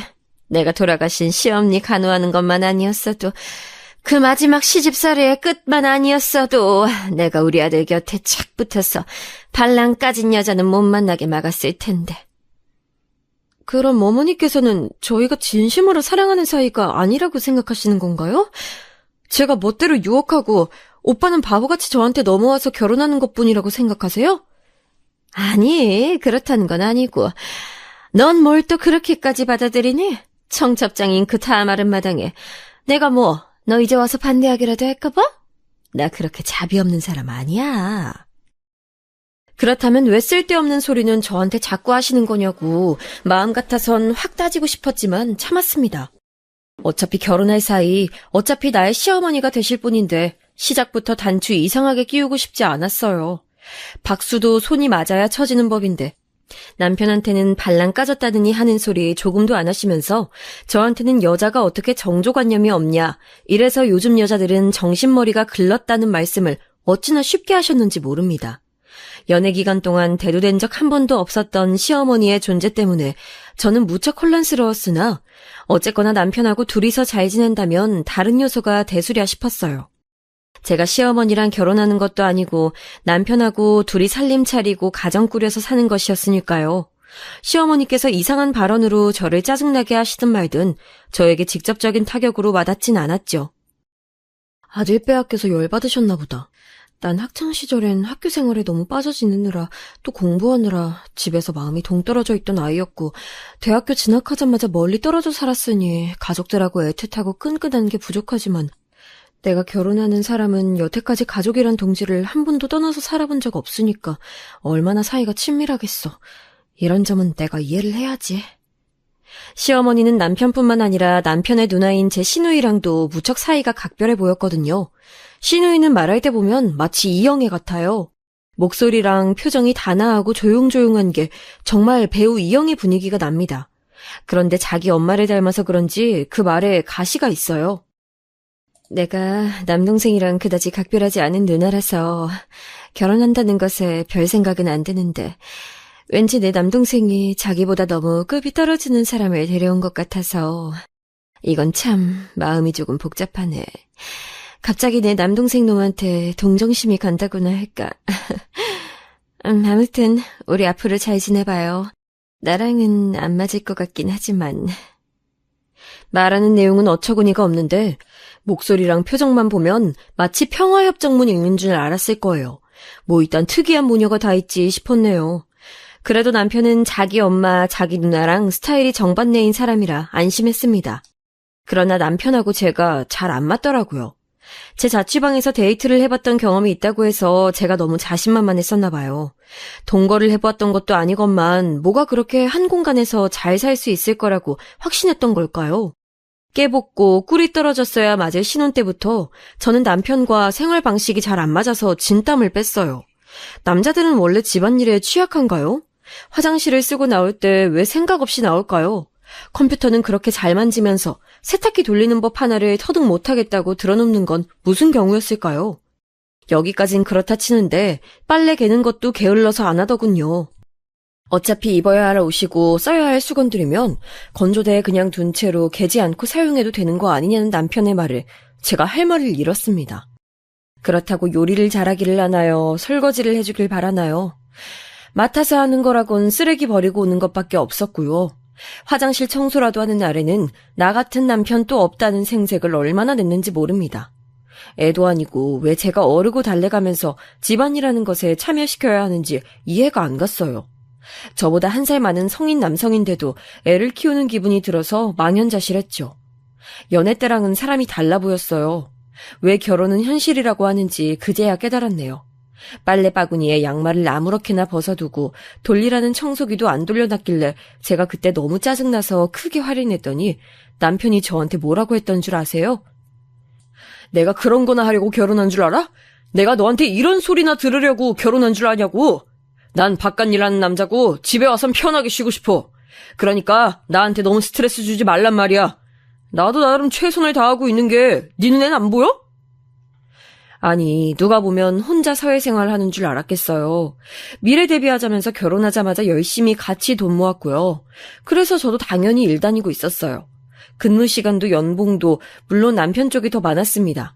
하지만 그렇다고 해서 모든 집안일이 저한테 전가된다는 건 너무 불리하게 느껴졌어요. 게다가 남편은 치사하게 엄마 찬스를 사용했어요.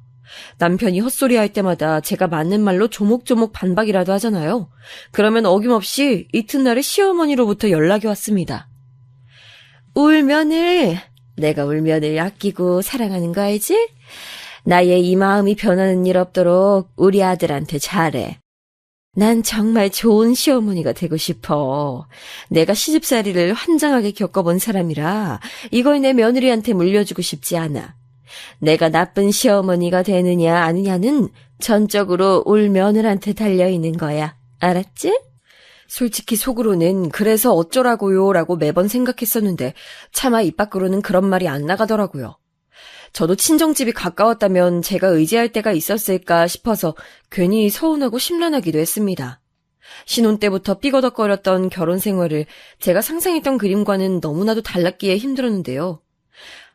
제가 의도하지 않은 시기에 임신을 해버렸어요. 결단코 그렇게 빠른 임신을 할 생각은 없었건만 아니랬던 제 잘못이겠죠. 저는 두고두고 생각했어요. 만약 그 시기에 임신이 안 됐다면 과연 내가 결혼 생활을 계속했을까? 그런 가정을 해봤을 때 회의적인 결론이 나왔어요. 임신이 아니었다면 전 어쩌면 이른 이혼을 했을지도 몰라요. 그러나 물은 엎질러져 있었고 제 뱃속의 생명은 나날이 자라나고 있었죠.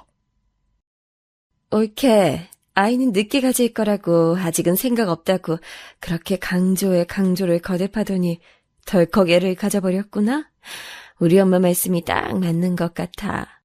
옳게는 전형적인 부뚜막에 올라가는 얌전한 고양이라 그러셨거든. 우리 엄마 사람 정확히 보셨지?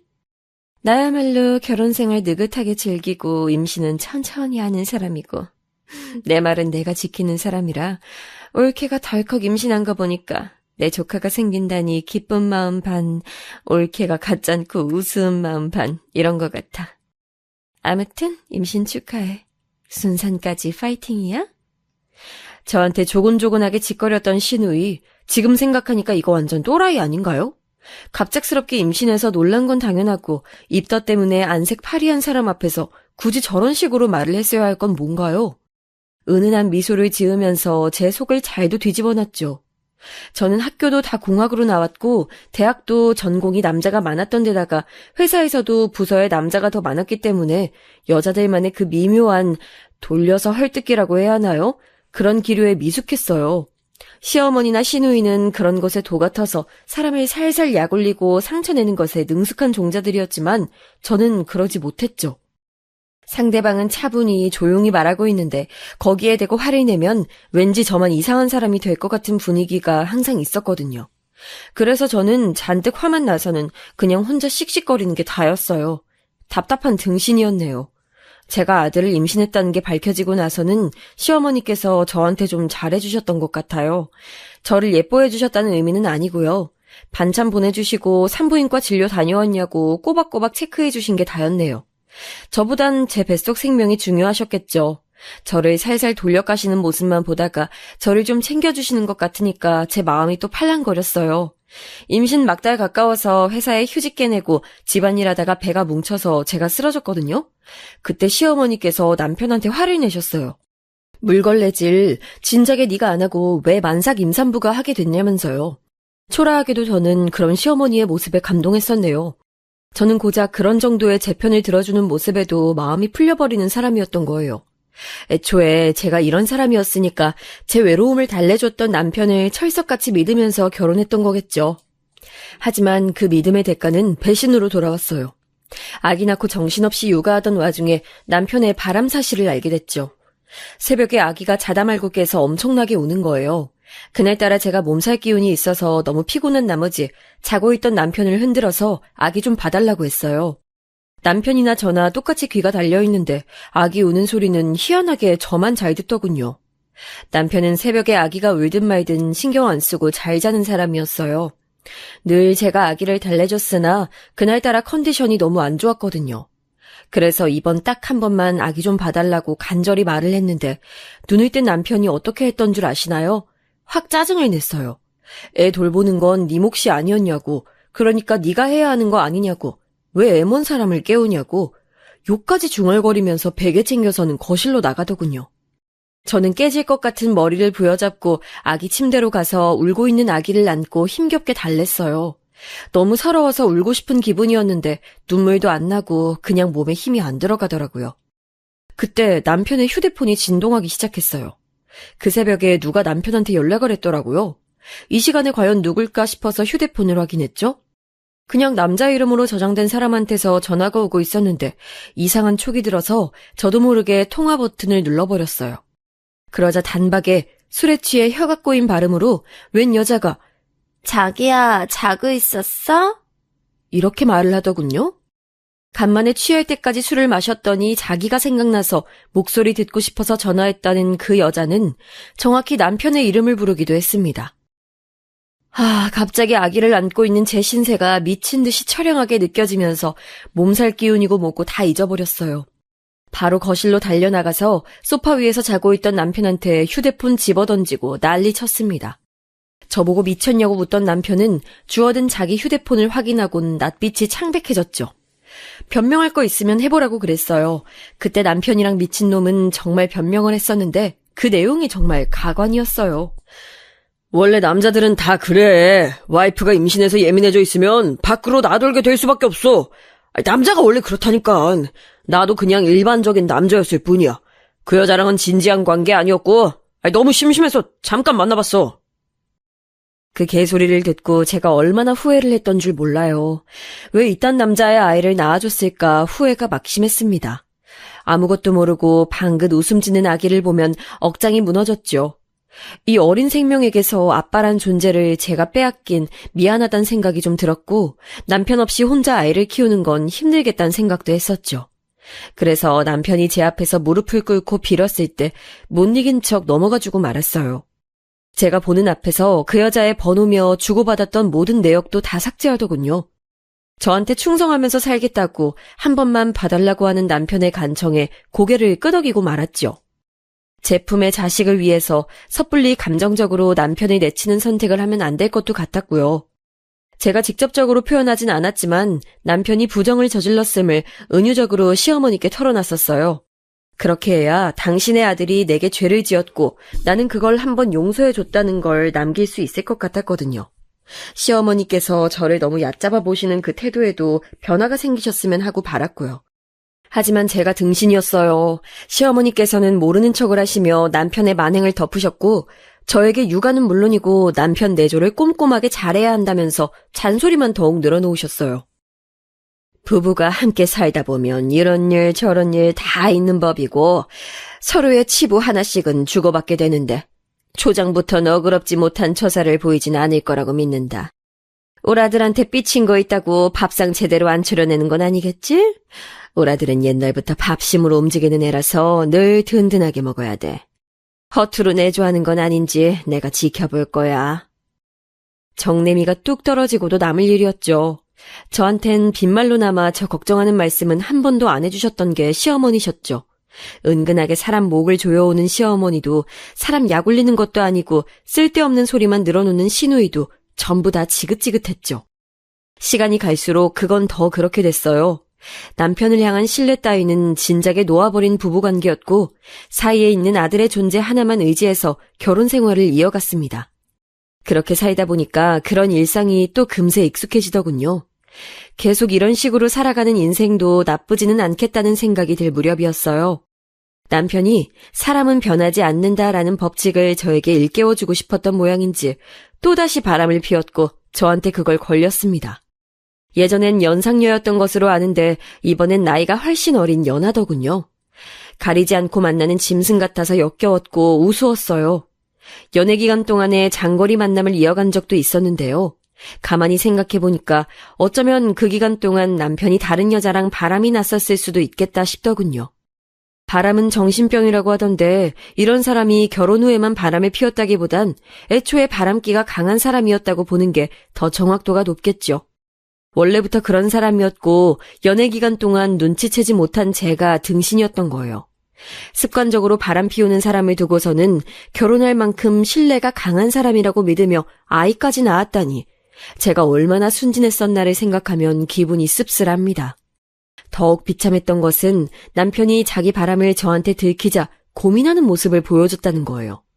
그러니까 잘못했다고 당장 헤어지겠다고 저한테 비는 게 아니라 그 여자랑 정리해야 한다는 상황에 닥쳤다는 것에 난감해했다는 것이죠. 그 정도로 그 여자랑 아주 잘 만나고 있었나 봐요. 제가 그 모습에 너무 기가 막혀서 너는 네 자식 생각도 안 하냐고, 아이 보기 부끄럽지 않느냐고 미친 듯이 화를 냈어요. 그랬더니 남편이 자기도 아이를 사랑한대요. 그런데 자기 자식 사랑하는 거랑 여자 사랑하는 거랑은 감정이 다르대요. 아이도 사랑하고 그 여자도 사랑한다고 했습니다. 저는 목 끝까지 차오는 그럼 나는?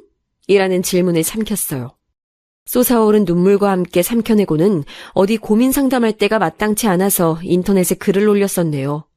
연애 기간과 결혼 몇 년 차인지 아이가 몇 살인지까지 적고 남편이 어떤 상대랑 바람이 났다고 글을 올렸더니 댓글들이 1시간 만에 수십 개가 달렸던 것으로 기억을 합니다.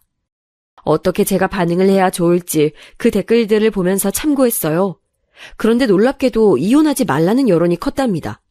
제가 생각지 못한 방향이었기에 그 의견들을 정독했었어요. 이혼하지 말라는 의견의 주된 요지는 이러했죠. 어차피 이혼해줘봤자 그 년놈들한테만 좋은 일이 될 거래요. 아이 데리고 제가 물러나면 그 년놈들만 행복하게 재혼해서 새 인생 살 거라고 하더군요. 남편은 돈 벌어다 주는 기계 취급하고 아이 키우면서 사는 게 낫다고들 저한테 의견을 줬어요. 가만히 보니까 그게 맞는 말 같더라고요. 제가 누구 좋으라고 단박에 이혼을 해주나요? 제가 남편 앉혀놓고 이렇게 말했어요. 그년이랑 어디 지지고 볶고 잘해봐. 그럴수록 네가 유책 배우자라는 증거만 쌓여갈 테니까. 그리고 이혼은 내가 하고 싶을 때 내가 원하면 하는 거야. 너한텐 선택권 없어. 그러자 남편이 몹시 당황하더군요. 이혼은 하기 싫으면서도 그 여자랑 재혼하고 싶으면서도 어쩔 줄을 모르는 게 당시 남편의 심경이었죠. 갈팡질팡하고 있던 와중에 제가 그렇게 선언을 해버리니까 남편의 마음에는 아주 불이 붙었던 거예요. 사람 심리라는 게 참 이상한 거라서 금기가 너무 달콤해 보인다잖아요. 그런 원리였네요. 제가 대놓고 너희는 결혼 못해 라고 말을 한 셈이었으니 갑자기 남편은 그 여자랑 더 애절해졌던 것이죠. 참고로 그 여자는 사회초년생이었는데요. 집이 가난한 것 같았어요. 그 여자가 집안의 가장이라고 했거든요. 불우한 집구석을 지닌 사람이니까 제 남편 같은 남자한테도 설렜던 것이겠죠. 상대가 유부남이거나 말거나 그건 그 여자한테 중요하지 않았나 봐요. 제가 딱 한 차례 그 여자랑 짧게 통화한 적이 있었어요. 직접 물어봤었죠. 내 남편을 많이 사랑하냐고요. 내가 남편이랑 헤어지면 그쪽이 내 남편과 바로 결혼이라도 할 거냐고요. 그랬더니 그 여자가 떨리는 목소리로 이혼해 주실 수 있나요? 이렇게 대답했었어요. 유유상종이라더니만 진짜 수치를 모르는 남편과 어울리는 철면피였어요. 저는 대답할 의무 없으니까 대답 안 해줬었고요. 가뜩이나 머리 아픈 와중에 큰일이 생겼는데 그건 바로 제 친정엄마의 암 재발 소식이었습니다. 아주 오래전에 암에 걸리셨다가 이겨내셨었고 완치 판정도 받았었거든요. 그런데 세월이 흘러서 다시 암 때문에 고생하게 되실 줄은 몰랐어요. 친정엄마는 치료를 위해 상경하셨어요. 저는 친정 식구들에게 가까이에 있는 제가 엄마를 들여다보며 병원에 붙어있겠다고 했습니다. 그렇게나마 오래 떨어져 산 세월을 만회하고 싶었는지도 모르겠어요.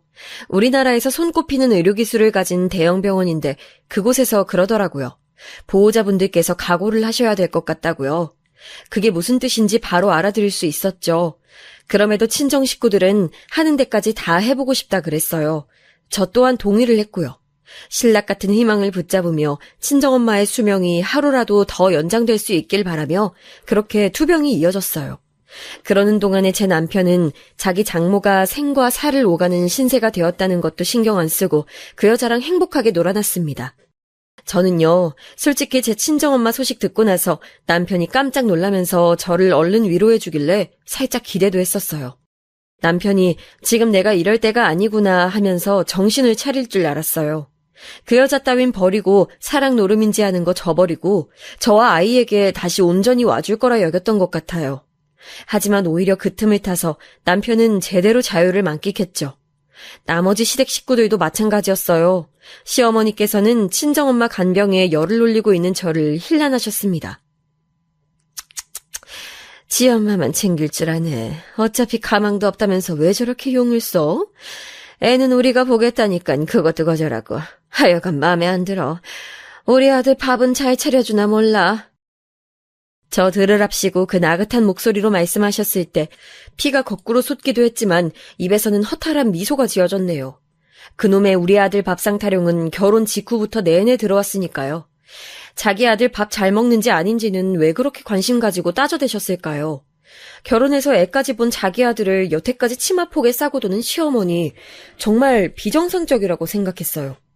다만 한 가지 동정심이라는 게 시어머니를 향해 발동이 되었다면 그건 그분이 지독한 시집살이에 시달려온 분이시라는 걸 들었기 때문인 것 같네요.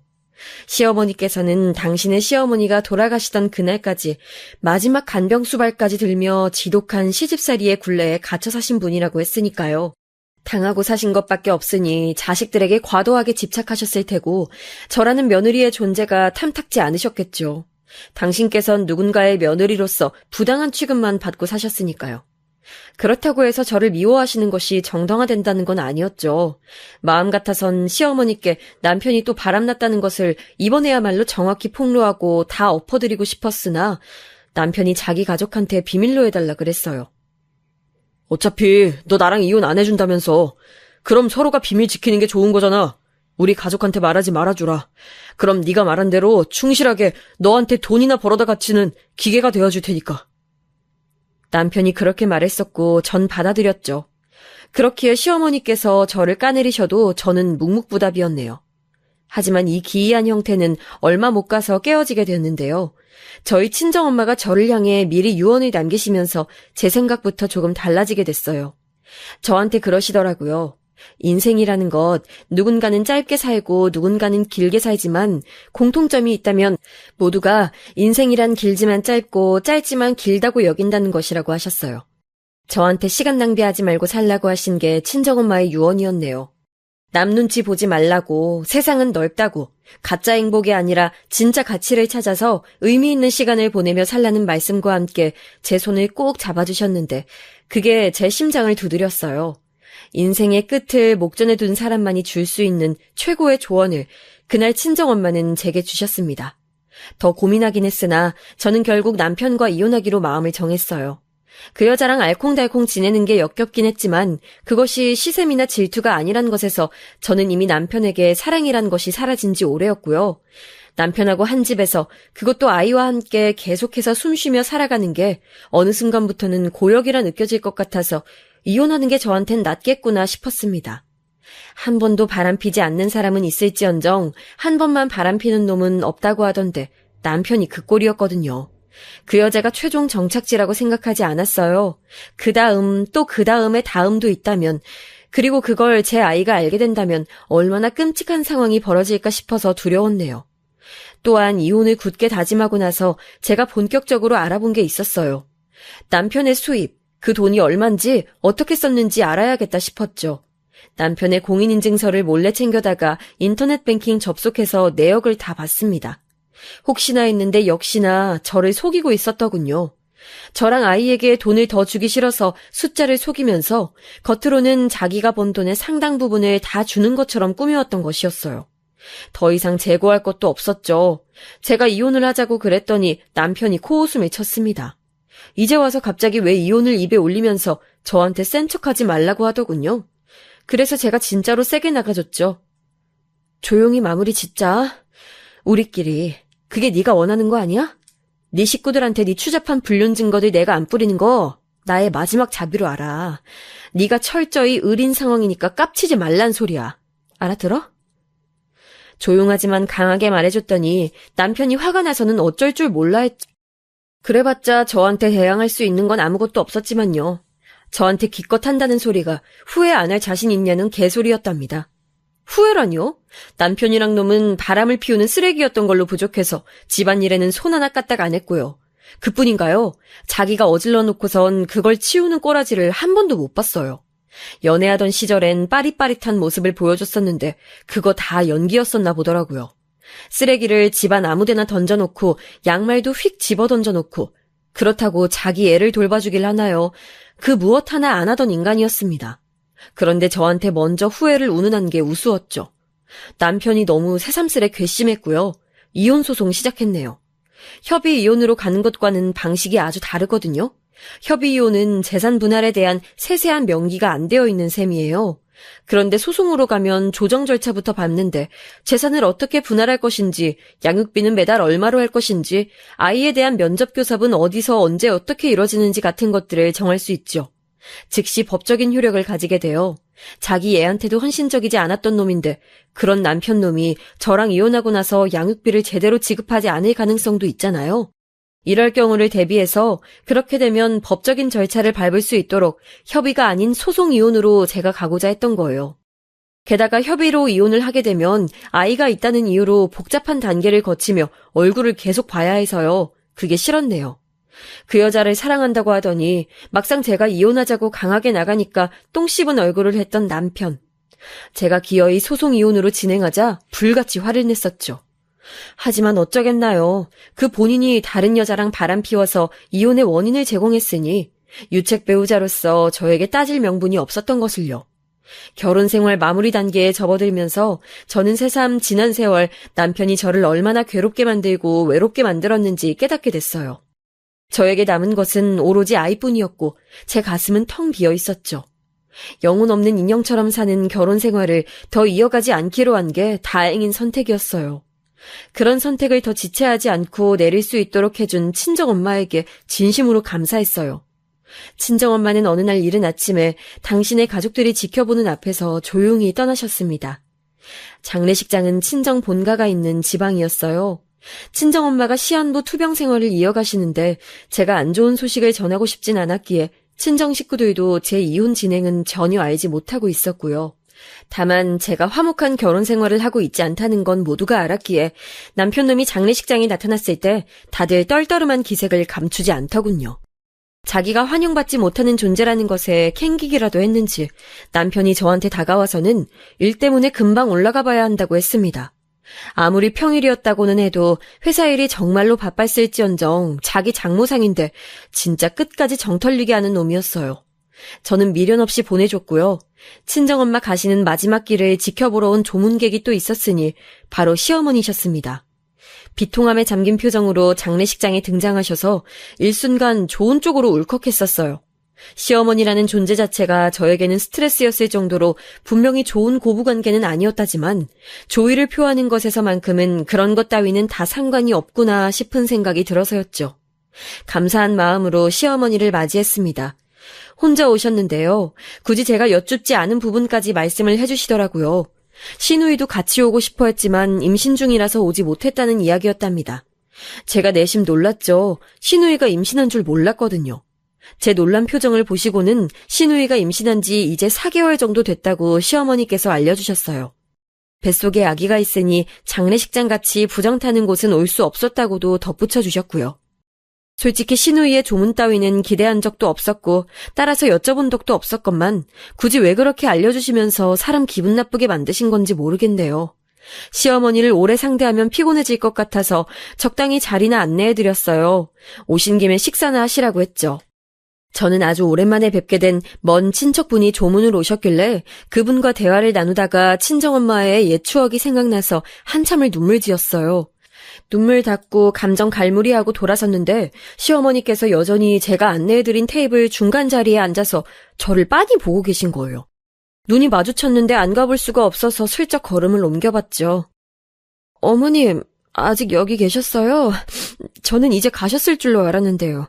여기서 출발 시간 더 늦어지시면 깜깜한 때에나 댁에 도착하실 수도 있어요. 내가 너한테 할 말이 있어서 계속 기다렸는데 네가 얼굴을 안 비췄잖니. 내가 다름이 아니고 긴밀하게 할 얘기가 좀 있는데 여기에 잠깐 앉아보련? 시어머니 특유의 부드러운 목소리 톤이 그 순간 따라 불길하게 들렸습니다. 이런 게 바로 사람의 촉이라고 하나 봐요. 괜히 기분이 싸하더라고요. 하지만 자리를 피할 만한 핑곗거리가 없었으므로 하는 수 없이 시어머니와 마주보고 앉았죠. 눈가에 남은 물기를 제가 소매로 찍어 누르면서 가만히 있는데 시어머니께서 헛기침을 하시더니 저한테 이런 황당한 말씀을 건네셨습니다. 아까 내가 여기 들어오면서 보니까 부조금 내는 사람들이 많더라. 그래서 말인데 혹시 부조금 많이 들어오면 나한테 돈 좀 빌려줄 수 있을까? 네? 저희 엄마 부조금이 들어오는 거랑 어머님께 돈을 빌려드리는 거랑 무슨 상관이 있길래요? 왜 없겠니? 우리 아들한테 돈 받아서 쓰는 내가, 응? 기껏 알바 나부랭인가 하는 거 몇 시간씩 하는 네가 수중에 돈 없다고 생활비 아껴 써야 한다고 애 키우는데 돈 많이 들어간다고 그런 타령들을 앵간히 했어야 말이지. 너한텐 현금 얼마 없을 거 아니니? 그러니까 이렇게 목돈 들어올 때나 나한테 돈 빌려줄 수 있는 형편이 될 것 같아서. 제가 순간 잘못 들은 건 줄 알았는데 진심이신 거네요? 일단 어이없는 건 그렇다 치고요. 부조금 들어온 게 저의 차지도 아니건만 저한테 굳이 돈을 빌려달라고 하시는 걸 보면 많이 급하신가 봐요. 너 지금 말하는 꼬라지가 상당히 불순하구나. 애초에 그 성정이 아주 공손하다고는 생각 안 했었지만 지금 그 표정하며 말투하며 아휴, 이게 어디 어른 공경하는 태도라니? 돌아가신 사부인께서 보셨다면 너한테 따끔한 잔소리 해주셨을 거야. 지금 장난하세요? 갑자기 왜 헛소리를 줄줄 늘어놓으시는 건지 그 이유는 모르겠지만요. 돈 없어요. 어머님께 빌려드릴 돈은 한 푼도 없으니까 그렇게 아세요. 지금 여기가 돈 빌려달라고 말씀을 꺼내질 장소도 아닌데 저한테 불손하다고 하시기 전에 본인을 돌아보세요. 기본 예의라고는 밥 말아 드셨네요? 방금 드신 육개장하고 같이 드셔서 없애버리셨나 봐요? 뭐야? 이것 봐라. 돈 좀 빌려달라고 했기로서니 기분 나빠하면서 아주 본색을 확 드러내? 이 싸가지 없는 년이. 너 우리 아들하고 이혼할래? 이혼당하고 싶어서 바라기라도 하는 거야? 어머님이야말로 본색을 드러내시는 것처럼 보이는데요. 목소리만 고상하게 내시고 항상 가시돋친 비꼬는 말, 폭언만 하실 줄 아시는 분이잖아요. 그런데 지금은 목소리도 날카롭게 찢어지시는 것 같네요. 이쪽이 더 어울려요. 아, 그리고 이혼이요. 그거 염려 안 하셔도 되는데요? 아이가 있으니 이혼 안 당할 것 같아서 그러는 거구나. 그런데 어떡하지? 우리 아들은 효자라서 내가 이혼하라고 그러면 정말 이혼할지도 모르는데? 아, 글쎄, 바로 그 네 아들하고 내가 지금 이혼 소송 중이라고. 그딴 협박 안 해도 어차피 이혼 절차 밟고 있다고요! 제가 감정이 격해져서 소리를 지르고 말았고 장례식장에는 찬물을 끼얹은 듯 고요한 정막이 감돌았어요. 시선이 주목된 것을 알고 있었지만 영문을 모르겠다는 표정으로 굳어버린 시어머니를 보자 입이 다시 멋대로 움직였습니다. 그냥 시원하게 질러버렸어요. 네 아들이 어떤 사람인지 제대로 알기나 하시는지 모르겠네. 그놈 결혼해서 애까지 있는 주제에 자기 감정 주체 못하고 밖으로 돌면서 여자 만나는 저질스러운 버릇 있는 놈이야. 바람 안 피우면 못 견디는 병 걸린 놈이라고. 나 그놈 때문에 열받아서 이혼 소송 중이니까 더 이상 내 신경 건드리지 말고 꺼져. 열받아서 한 대 치고 싶은 거 그나마 어른 공경에서 아까부터 참고 있는 중이니까. 바보같이 하고 싶은 말을 그 순간에 참고 있으면 돌아가신 친정엄마를 슬프게 만드는 것일까봐 저는 터뜨려버렸고 시어머니께서는 믿을 수 없다는 얼굴로 자리에서 일어나셨다가 비틀거리며 쓰러지셨어요. 다른 조문객들이 부축해져서 간신히 일어났는데 저를 한번 노려보더니 그대로 장례식장을 빠져나갔습니다. 남겨진 저는 상황을 보고 있었던 친척들에게 자초지종을 설명해야 했네요. 당연히 모두가 뒤집어졌고요. 시어머니께서는 남편에게 이혼 소송 중인 거 확인받으신 후에 기어이 뒤로 넘어가셨다네요.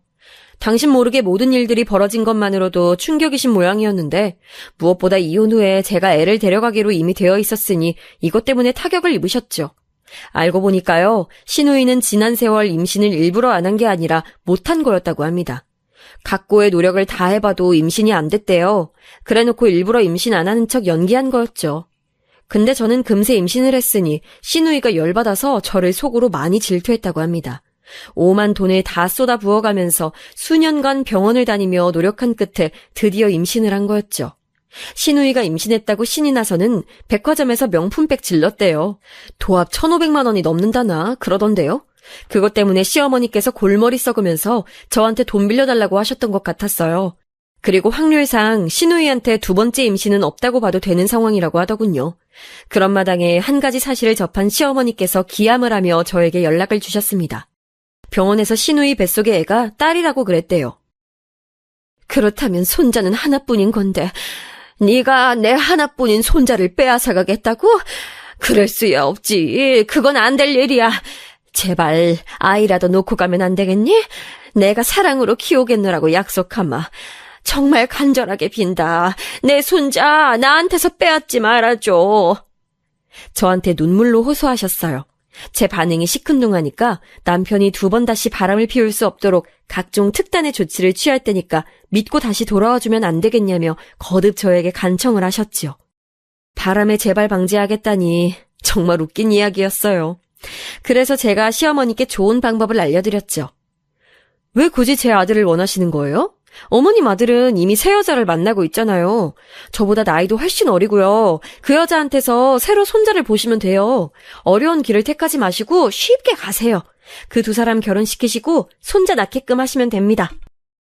뭐? 나한테 지금 그 거렁뱅이 불려신년한테서 내 손자를 얻으라고? 아이고 두야. 시어머니께서는 그 여자가 마음에 안 드신 듯 했어요. 그러나 이미 상황은 종료된 뒤였으니까요. 소송으로 진행된 이혼 잘 마무리까지 되었답니다. 뜯어낼 것도 잘 뜯어내서 저로선 만족스러웠어요. 저는 애를 봐주시겠다는 큰이모의 제안을 받아들여서 거처를 그쪽 동네로 옮겼고요. 사촌언니의 지인이 자리를 알아봐줘서 일도 다니게 되었네요. 저는 별로 연락도 없이 살았던 일가 친척들이 저한테 이렇게 관심이 많은 줄 처음 알았네요. 다들 장례식장에서 목격했던 게 충격이었나 봐요. 저로선 잘 됐어요. 계좌에 돈도 많고 버는 돈도 안정적이라서 마음이 편해요. 그리고 전 남편은 그 여자랑 기어이 헤어졌답니다. 저랑 재결합하자고 연락도 왔었는데 제가 미쳤다고 그 인간이랑 다시 살겠나요? 말도 안 되는 일이었죠. 당연히 개무시해줬어요. 아이랑 알콩달콩 재밌게 잘 살아볼 거예요.